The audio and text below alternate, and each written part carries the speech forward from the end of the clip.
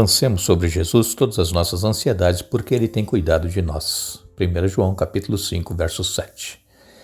Agradecemos a Deus por Ele permitir estarmos novamente juntos e termos mais um dia de vida.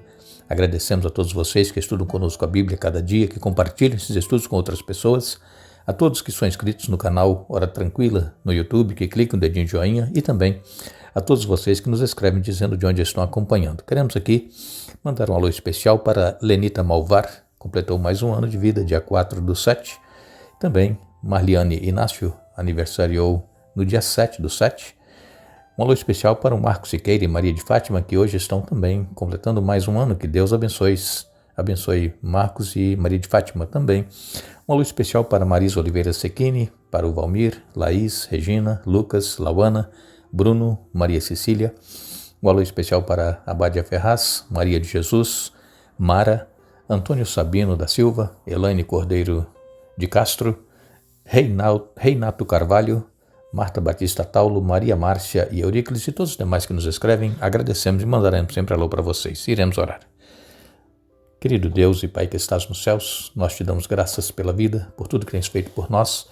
Te agradecemos por estes momentos que queremos estudar a Tua Palavra, que Teu Espírito Santo fale conosco, nos dê entendimento e nos ajude, Pai, a aceitarmos e colocarmos em prática em nossa vida o que Tu desejas que cada um de nós pratiquemos. Abençoes o Marcos Siqueira e a Maria de Fátima, que estão completando mais um ano, que Tu os abençoes. Também a Lenita Malvar, que aniversariou dia 4, Marliane Inácio, aniversariou dia 7, e todos os demais que aniversariaram, que Tu abençoes a Mara e o Manfrim, dê vitórias a eles. Também queiras abençoar a Maria Márcia e o Euríclides, Tu sabes as lutas e os problemas que enfrentam. Enfim, Pai, toma-nos em Tuas mãos e perdoe os nossos pecados em nome de Jesus. Amém. Continuaremos o nosso estudo número 2 sobre o livro de Êxodo. Falamos sobre Moisés vendo aquela sarça queimando e não se consumindo. Falamos também sobre o anjo do Senhor que apareceu a Moisés e o nome de Deus. Eu sou o que sou, me enviou a vós outros. Então este é o Deus Javé, que nós conhecemos, que nós chamamos, mas que no original hebraico era escrito apenas com 4 consoantes, YH, WH, é chamado tetragrama, porque são 4 letras, e não há nem como pronunciar essas 4 letras no hebraico. É como se fosse um sopro de tão sagrado que é o nome de Deus. E Moisés então recebe o chamado para ir libertar o povo lá do Egito. Moisés, ele relutou, ele não queria ir, porque já fazia 40 anos que ele estava fora do Egito. Ele já havia perdido ali o sotaque, né, a língua, porque quando nós aprendemos uma língua e depois nós não temos mais contato com aquele idioma, nós acabamos perdendo, esquecendo, não sabemos mais como falar aquele idioma. E assim aconteceu com Moisés. 40 anos no deserto, somente ali a família e também o rebanho que ele cuidava, mas ele sempre tinha comunhão com Deus. E foi ali, nesses 40 anos no deserto, segundo estudiosos, foi ali que Moisés escreveu o livro de Jó, que é o livro mais antigo da Bíblia, e escreveu também o livro de Gênesis. Deus deu a iluminação a Moisés, a orientação de como foi que tudo aconteceu, como tudo começou. Inspirado por Deus, Moisés então escreve lá no deserto de Midian este livro de Gênesis também. Agora, Moisés, quando foi chamado por Deus, como nós dissemos, ele relutou, ele arranjou algumas desculpas. Vamos ver aqui em Êxodo capítulo 4, a partir do verso 1, diz assim: Moisés respondeu: E se não acreditarem em mim, ou não quiserem me ouvir, e me disserem, o Senhor nunca lhe apareceu? Então o Senhor lhe perguntou: O que você tem na mão? Uma vara, respondeu Moisés. Jogue-a no chão, disse o Senhor. Moisés jogou a vara no chão e ela se transformou numa serpente. Moisés fugia dela, mas o Senhor lhe disse: Estenda a mão e pegue-a pela cauda. Moisés estendeu a mão e pegou a serpente e ela voltou a ser uma vara. Então o Senhor lhe disse: Faça esse sinal e eles acreditarão que o Senhor, o Deus de seus antepassados, o Deus de Abraão, o Deus de Isaque, o Deus de Jacó, de fato lhe apareceu. O Senhor também disse a Moisés: Agora coloque a mão dentro do seu manto.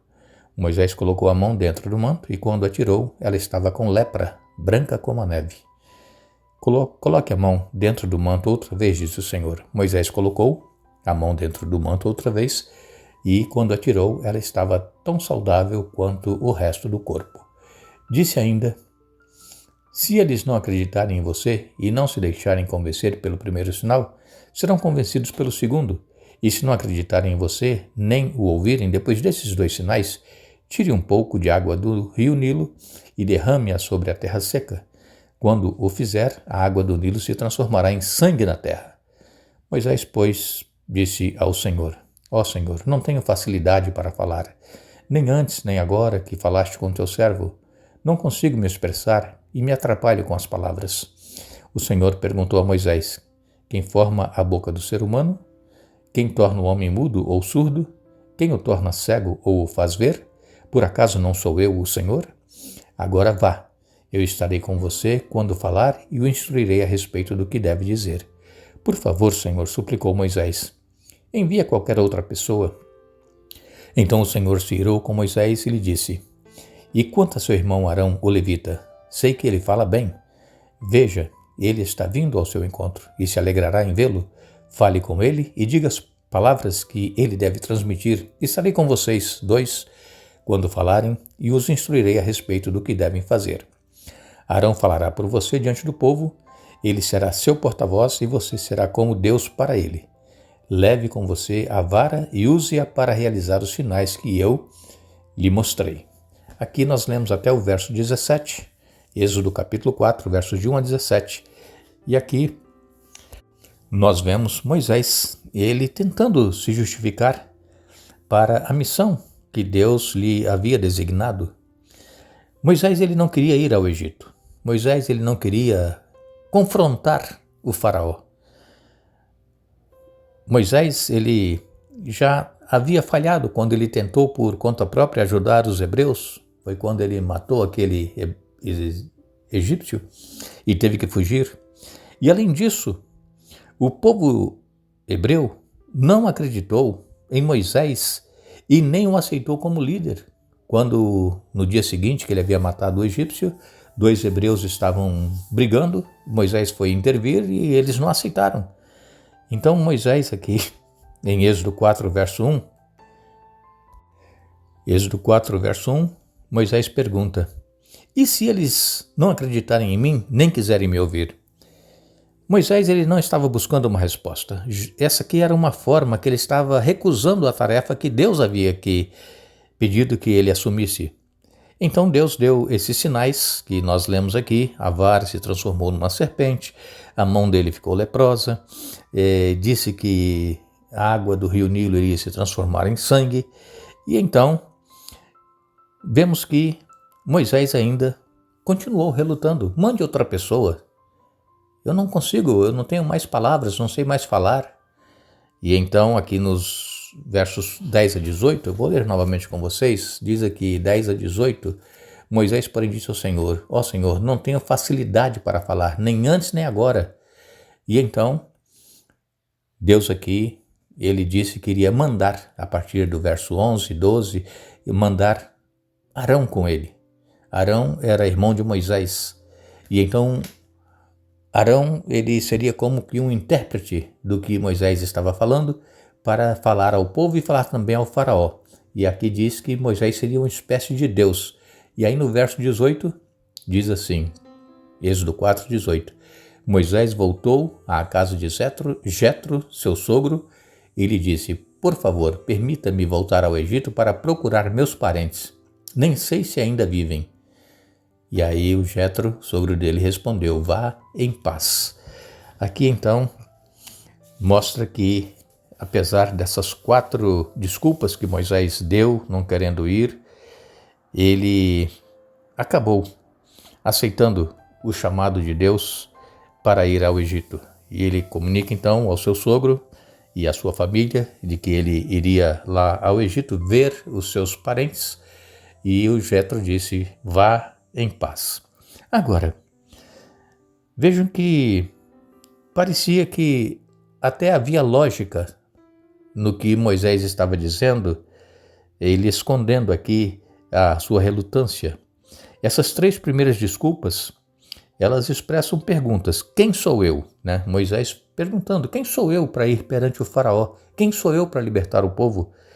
E aí ele pergunta para Deus, quem és tu? Perguntando para Deus.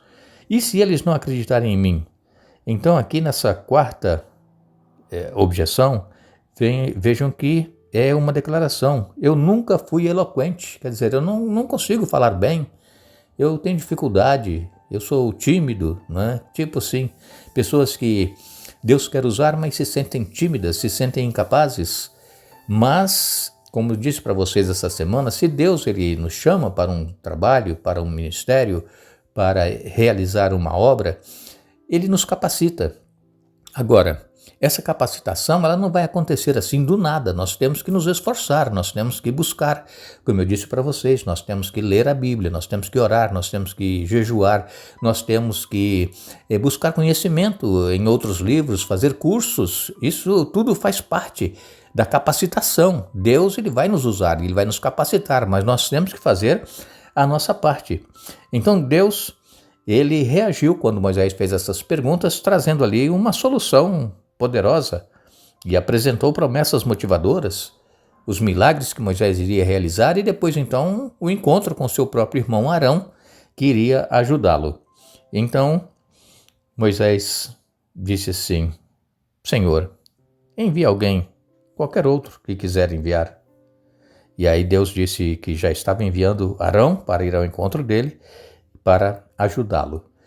E Moisés então foi, e nós vamos estar juntos amanhã, continuando aqui este encontro de Moisés com Arão e o trabalho que ele foi realizar ali no Egito.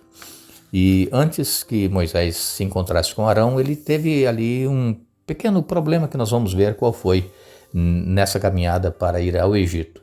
Mas o que nós queremos sempre frisar, irmãos, é que às vezes nós temos conhecimento, nós estudamos, mas Deus ainda não nos chamou.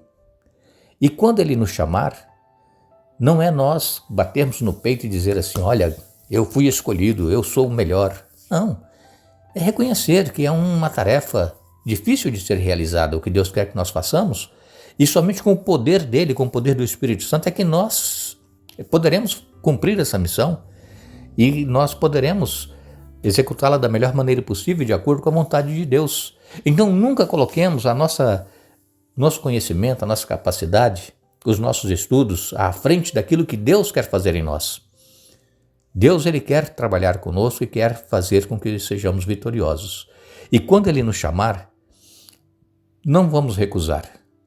Vamos nos humilhar diante de Deus, nos prostrar diante dele e pedir então a capacitação para nós realizarmos o trabalho para o qual estamos sendo chamados. Que Deus nos abençoe, que Deus nos dê um bom dia. Retornaremos amanhã para seguir o estudo número 2. E lembramos a todos, a palavra de Deus, ela nos diz que a nossa pátria está nos céus, donde aguardamos um Salvador, o Senhor Jesus Cristo. Filipenses capítulo 3, verso 20. Que Deus nos abençoe.